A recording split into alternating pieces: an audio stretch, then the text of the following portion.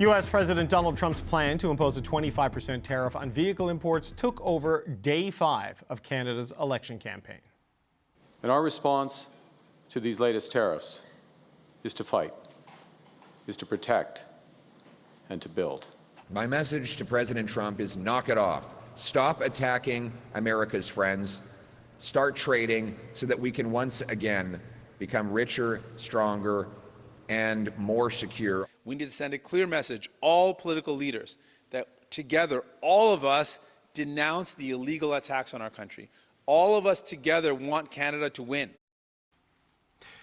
So will this issue squeeze out all others? That's a question for our panel of veteran journalists. The answer is yes. Robert Fife is the Ottawa Bureau Chief for the Globe and Mail. Mia Rabson is Deputy Parliamentary Bureau Chief at the Canadian Press. And Joël-Denis Bellavance is the Parliamentary Bureau Chief for La Presse.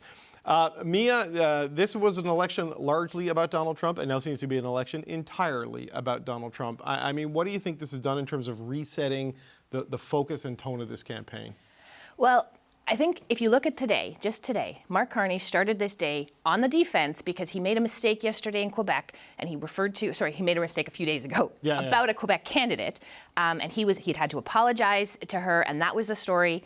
And nobody is now talking. They ended this day. He had to come back. He had to, deal with the latest, Trump tariff threats. He looked like a prime minister. He got to be the prime minister. It's one of the things that he hasn't been the prime minister for that long. So any chance he actually gets to be the prime minister and show Canadians how he's going to be as a prime minister, the better for him. And absolutely, this topic is why Mark Carney is doing well in the polls, why the Liberals are doing well in the polls. And I guarantee you that this was a day that the Liberals were very happy with. JD, elections are either about change or no change. The opposition always pushes for change, but Carney is at the same time able to offer stability and change, it seems. I mean, how do you think this is playing? Absolutely, for two reasons. Because he pushed the Liberal Party back to the center, becoming a centrist party, offering tax cuts, proposing an energy corridor, for example, and taking away some of the stuff that the Conservative Party has used to make mileage and increase its support in the polls. And stability, because we have a national crisis right now on our hands. Our relationship with the United States is very much into question.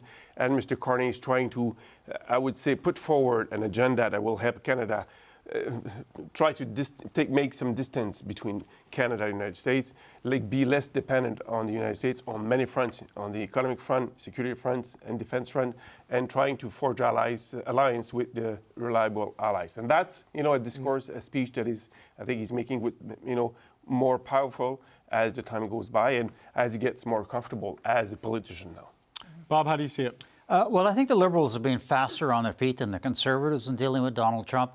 Yesterday, when we knew that the tariffs were coming down, Mr. Carney was at an event in Windsor talking about a $2 billion fund to help workers who are going to be affected by that. And then he said, I'm coming to Ottawa, I'm going to have a cabinet meeting, and I'm going to try to deal, I'm trying to set up some kind of a call with the president. It hasn't happened yet.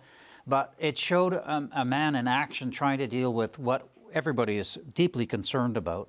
And then tomorrow he's going to be dealing with the premiers and then the advisory council of prominent Canadians dealing with Donald Trump and these tariffs. So, but where is Pierre Poilievre? First of all, he had a bad week to begin with on the whole issue of why he won't get a national security clearance. But I would have thought if tariffs are coming down on the auto industry, why isn't the leader of the opposition, the Conservative Party in Windsor or Oshawa? He's not there. He's out in British Columbia, and today he didn't even mention the auto industry. That's not very smart politics. It's noteworthy that he was the only leader that didn't adjust his campaign plans today as a result of the tariffs. I mean, NDP leader Jagmeet Singh was supposed to be in London today. He went to Windsor to talk about the auto tariffs. Mr. Poilievre's, one of the criticisms of him is that he hasn't been able to pivot away from what he wanted this campaign to be about, and he did not pivot today to address this. He talked about it, he gave a statement, but he was the one, he just sort of carried on with what their plans were. He didn't really focus in on what Canadians are looking for. I would add to Bob's point that Ontario is a critical province to be elected in Ottawa to gain power. Mr. Poilievre is trying to get closer to unions. He's trying to get the support of unions, who are more important than auto workers unions in this province of Ontario. And then Ontario would be hit so hard if those tariffs go ahead. The Premier of Ontario is talking about 500,000 jobs that could be lost in Ontario, and that's a key sector for the Canadian economy. So I'm puzzled as Bob and Mia why Mr. Poilievre is not in Oshawa. For example, Monsieur Singh was in Windsor today. So Oshawa would have been a good place to be today. Do you know what's interesting is Singh changed his travel plans, and he can do it on a dime and know he's going to be seen nationally because there's a media contingent traveling with the NDP campaign. Mark Carney has a media contingent traveling with the Liberal campaign. There is no media contingent traveling with the Conservative campaign. They all have to fly commercial and pre-position, and if he wants to change and do something or say something and respond in real time, people don't know where he is because he doesn't let the reporters tag along. No, look, he shot himself in the foot by not having reporters covering the campaign. We have to be our own travel agents, and every one of us here can tell you how it's costing way more. It is ridiculous trying to catch up with him. And the other thing is, just for our audience who probably doesn't know this, but when you're traveling with a leader, an event happens, you get on the bus or on the plane, you're right away. We can't do that. We've got to get in a car and go to the next event. So getting a story out fast about what the Conservatives are doing takes time because they won't have us covered. Well, and they're getting squeezed right now, right, Mia? Like, and because Carney is moving into the Prime Minister role while the Liberal leader role as well. And what do you make of what's happening to their campaign with this? Well, I mean, they're getting squeezed by Mr. Carney, or Prime Minister Carney, or Liberal leader Carney, whatever title you want to give him today. He's moving into that sphere that the Conservatives have been trying to occupy as well. I mean, he's taking some of their promises and just repeating them. And, some people think that that's because he doesn't have, they're accusing him of not having his own ideas. But what he's saying is, okay, there's a good idea. We'll do it too. You don't have to worry about that if that's what you want. He's squeezing them out of that centrist position. And because the Conservatives are no longer, with this 20-25 point lead, they now have to think about who they're going to keep in their fold rather than adding to that fold. They have to keep other people happy, which means they may have to pivot further to the right, which sort of squeezes them out of that centrist, and that's where you win elections in Canada. Although I would notice that Mr. Poilievre promised this week to keep dental care for those who actually have that. So freeze it at the level it's at now, not expand it to anybody but it's else. Still a little move to the center because, that's a very much centrist position, and the Liberals were trying to accuse him of trying to put the axe to that program. That reminds me of the 2019 election when the Andrew Scheer Conservatives had to commit to keeping the Canada Child Benefit, the Trudeau, because it became so popular and so people relied on it, they couldn't move off of it. Mr. Poilievre did, though, in BC, did speak out much more forcefully on Donald Trump and the tariffs. Knock it off is what he says to the president. Right, knock it off. And it was a stronger message than he had. And then he repeated, we can change the economy and pipelines and diversifying trade, which is very similar to what Mr. Carney has said. But at least he had a stronger message. But there was nothing about auto workers. And today, this is about auto workers. And I think they've realized that they have to speak out much more strongly on President Trump, even if it offends some of the MAGA base that they have been very careful about not trying to offend. Right. And that's also a problem that he's had from day one of this campaign, when Premier Danielle Smith's interview with a U.S. outlet talked about Mr. Poilievre potentially being more in line with Donald Trump. That's been dogging Pierre Poilievre all week as well. He had a candidate in Montreal say that he thinks he's sort of aligned with Trump's policies. He's trying to move away from that because Canadians aren't looking for it, and it just keeps coming back at him. It's a trouble spot for him. Yeah, it's a trouble spot. We're going to talk about it and the role that someone else you might want to say to knock it off. That's Corey Tonight, Doug Ford's campaign manager. He weighed into the campaign today. We're going to take a quick break and talk about what is going on between the Ontario Conservatives and the federal Conservatives right after this. Ontario Premier Doug Ford's campaign manager, who oversaw his 3 back-to-back majority government wins, is ringing the alarm bell for the federal Conservatives, saying Pierre Poilievre is on the wrong track if he wants to win this federal election. I think we're just on the wrong track, and I think we need to adjust, refocus the campaign on the one big issue, and soften the tone a little bit. in terms of how those ideas are being presented. Look, at the end of the day, insofar as the Liberals have been able to move ahead, a lot of it is being done on literally stealing policies that Poilievre has been advocating for, very effectively for the last couple of years. So I don't think there's a substance problem there as much as a style problem and emphasis problem.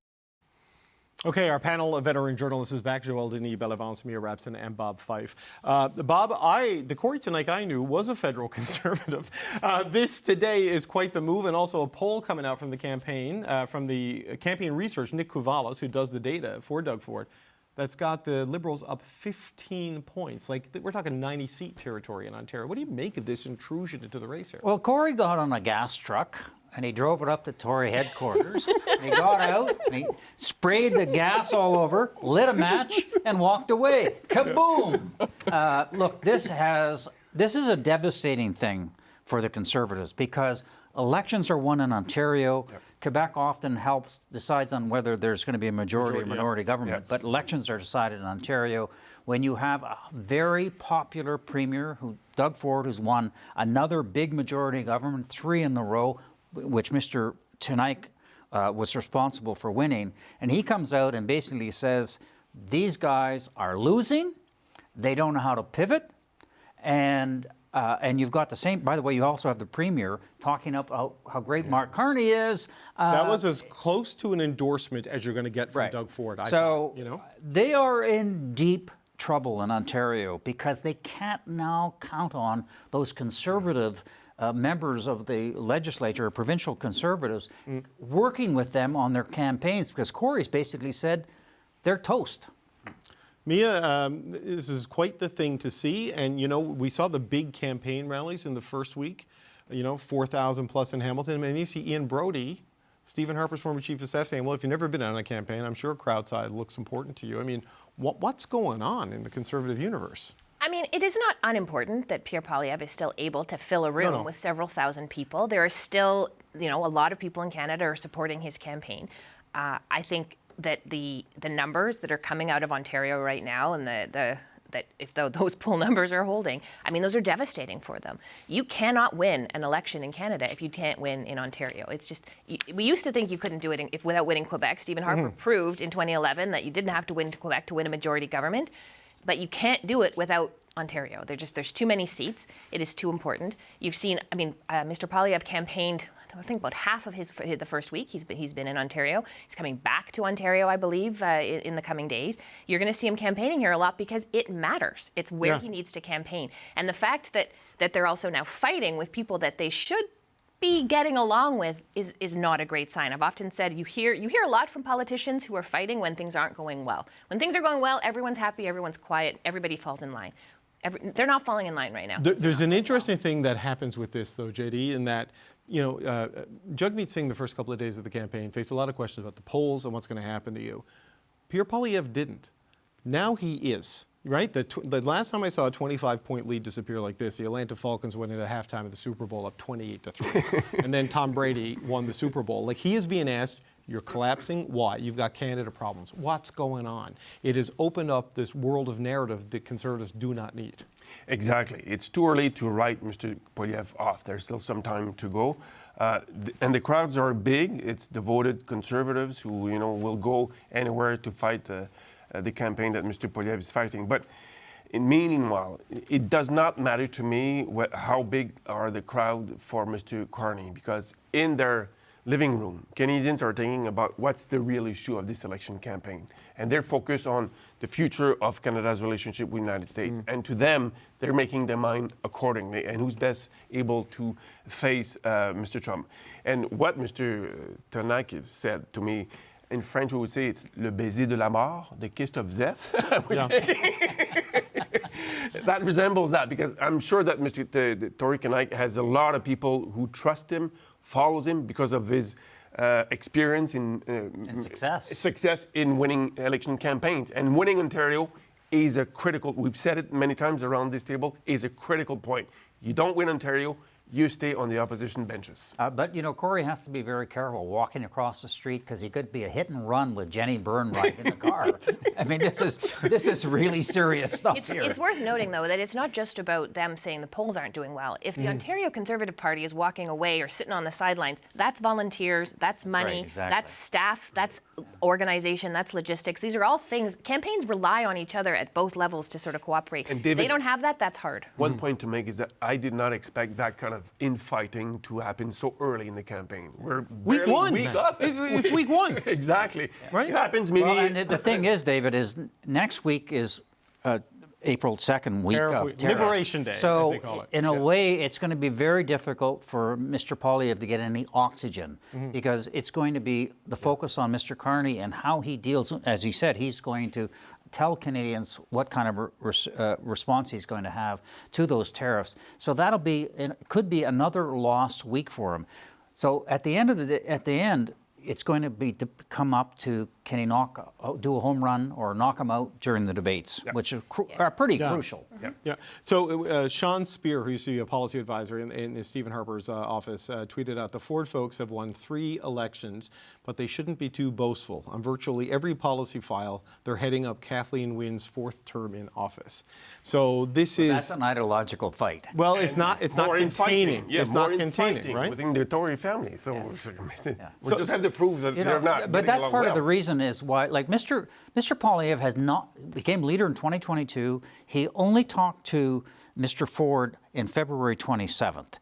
He had lots of time to talk to him. And the reason they didn't, because they didn't think he was right-wing enough. Right. But in Ontario, to win, Ontario is not a right-wing province. No. You got to be in the center. And Mr. Ford understands Ontario. You fight for votes in the center, not on the right wing. Well, on the polling data that was helpfully provided by the Ontario Conservatives, it shows that about 32% of people who voted for Doug Ford are willing to vote for Mark Carney. So if you lose 1/3 of Doug Ford's Conservative coalition from the federal Conservative voting base, you can't win in Ontario, right? And when Ford is out saying the things he is saying about Mark Carney and being in total alignment with him, visually, the people in the living rooms, as JD talks about, they're getting a signal from that. They're totally getting a signal. And one of the things that Doug Ford said, I think it was just last week, he said when he was asked about Mr. Poilievre and Mr. Carney and who he might prefer, he said, I don't really know either of them. Mark Carney, okay, maybe he doesn't know him that well. You know, he's just become the Liberal leader. That might make sense. The fact that the Conservative leader in Ontario says he does not know well the Conservative leader in Canada, that is very, very telling. Well, and it's a problem for them. Well, and something Corey Tenike said today as well, because Corey Tenike is getting quoted a lot today on the podcast he does with David Hurley, is that JD said for 2 years he's been trying to get the Poilievre people to form a relationship with the Ford people, and the Poilievre people, for whatever reason, would not do it. That's his version of events. You're seeing Tim Houston, for example, another Conservative premier, not being super active, you know, in Nova Scotia. Like, there is no reaching out and building except for alliances. Danielle Smith, of course. Well, and she's in Florida tonight at the Ben Shapiro thing. Shooting in the boat. But JD, I mean, what do you make of that? This seems like a missed opportunity to build relations, right? Yeah, and I think the way that Mr. Poilievre won the leadership, he and his team felt that he was invincible, that he didn't need the help of anybody. He could do it alone, win this election campaign that was going to be a referendum on Justin Trudeau, so he was going to be doing it alone. Well, this is back to reality. You can't win without some key alliances with key premiers, the name Monsieur Ford being one very example. Yeah. And in Ontario, remember this, the same people who vote for Mr. Ford will vote Liberal federally. Yeah. And vice versa. There is an overlap of the Trudeau-Ford coalition. So that's why Mr. Ford is very cautious not to endorse anybody openly, although he likes to publish pictures of him having breakfast with Mark Carney at some restaurants in Etobicoke. But other than that, I think he says he's neutral, but I would say that his neutrality is a bit tainted. Wink, wink. The signal that Canadians are sending right now is they want a steady hand on the wheel. And they're seeing that in Mark Carney. And what they're seeing from the Conservatives is fighting and disorganization, and that's not what they want. They want someone who has a steady hand, who's going to be able to get them through this crisis as well as possible. And Mark Carney was not super optimistic today. He said, this is going to be hard. This is going to take a while. But he sounded like he had a plan. And if the Canadians are looking for a steady hand and a plan, that's what he's offering them. Bob, we only got about 30 seconds left, but it seems, and sort of the analysis that I've heard from Conservatives is that they're running an election campaign as if Justin Trudeau was still Prime Minister and Joe Biden was still President. Well, I mean, that's what look, he's still campaigning against Justin Trudeau and the Trudeau legacy and then trying to get hook up Carney to it. But Canadians have moved on from Justin Trudeau. They're focusing on one person, Donald Trump in the White House, who's trying to destroy our economy. Exactly. Yeah. Well, it's only been 1 week. And, who knows where we'll be in however many days it is between now and April 28th. Thanks. We'll be here every Thursday. Bob Fife, JD Bellavance, Mia Rabson,